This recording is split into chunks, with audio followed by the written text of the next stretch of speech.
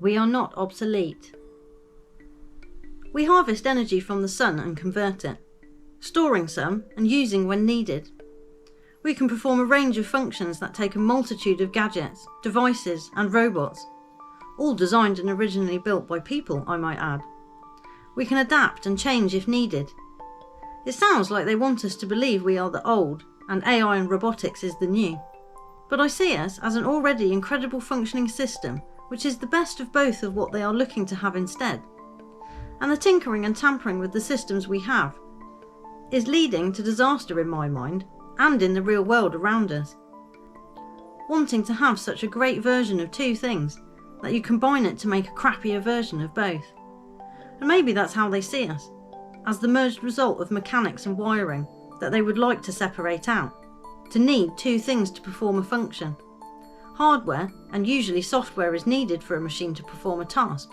We are both, born with both, which can naturally develop or can be influenced or rewired. Although, to be fair, we have apparently witnessed the results of if you don't mentally give the software input to work with. To me, I guess the example of that was the orphanages in Romania that hit the news a couple of decades ago. Neglected children who had no stimulation or care and were restrained in some cases, so not able to go about the usual pathways the brain and body would find on their own. I also think of our situation as the film Short Circuit, where the military-grade robot is struck by lightning and gains a sentient personality, but is then consumed by an insatiable need for learning and input, so it can learn and develop and gain understanding. It seems like one of those silly 80s movies, but I thought it was a great example of people, machines, and simulated life. I guess the Matrix then moved in and gave us an entirely different perspective on man and machine, just as the Terminator films before them. And I've written previously about, is it really the machines we should fear? Because it seems that people are currently the problem, hiding behind machines. Far more serious than keyboard warriors. These people actually call the shots on society and people's lives. And now using said technology to digitally imprison people in the real world, because just like the theory in the Matrix of us being harvested for our energy as batteries, maybe a need has arisen for them to have a similar type of setup. To harvest the honey, we set up bees to go about their usual business. But it is in a confined, controlled environment for our benefit. Their queen is placed so they will follow. They are given a hive for them to use as a factory to create what will be taken. In our situation, we are the bees, and whatever they want us for is the honey. Whether it be energy, our thoughts and ideas, our compliance, it is still something they need, or at a minimum want. So it seems until now, they have provided the perfect factory for us, to go about our business, building things for them, fighting wars for them, jumping through hoops for them, just so we are allowed to get on. Well, it would now appear that the needs might have changed somewhat, because they seem intent on slowly dismantling the existing infrastructure around us and replacing us with new bees, but ones which don't have to work or produce anything, or on first appearances do anything at all apart from just be there. Suspicious, isn't it? We all know it's not going well, with thousands of people being offered everything on a plate, riling up the ones who have mostly not had anything handed on a plate, and in fact are having their plates currently taken away from them. There is a price to all this, and one we won't be able to measure just yet. But the expectations of people arriving are being manipulated for gain, just as they are using the people already here.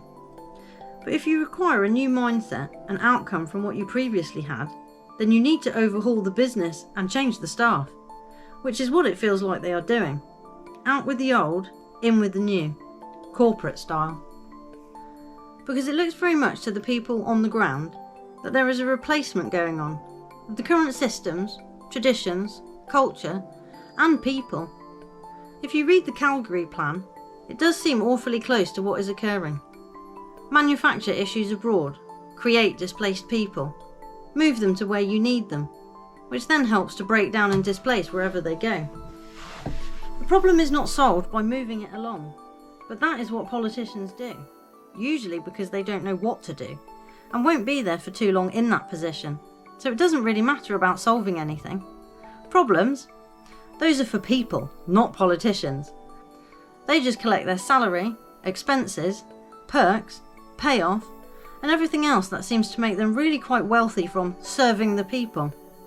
Makes you realise why it's such a tight-knit group. That gravy train has been going for quite some time, and none of them want it to stop. Not here, or any other country. Power has very much gone to their head.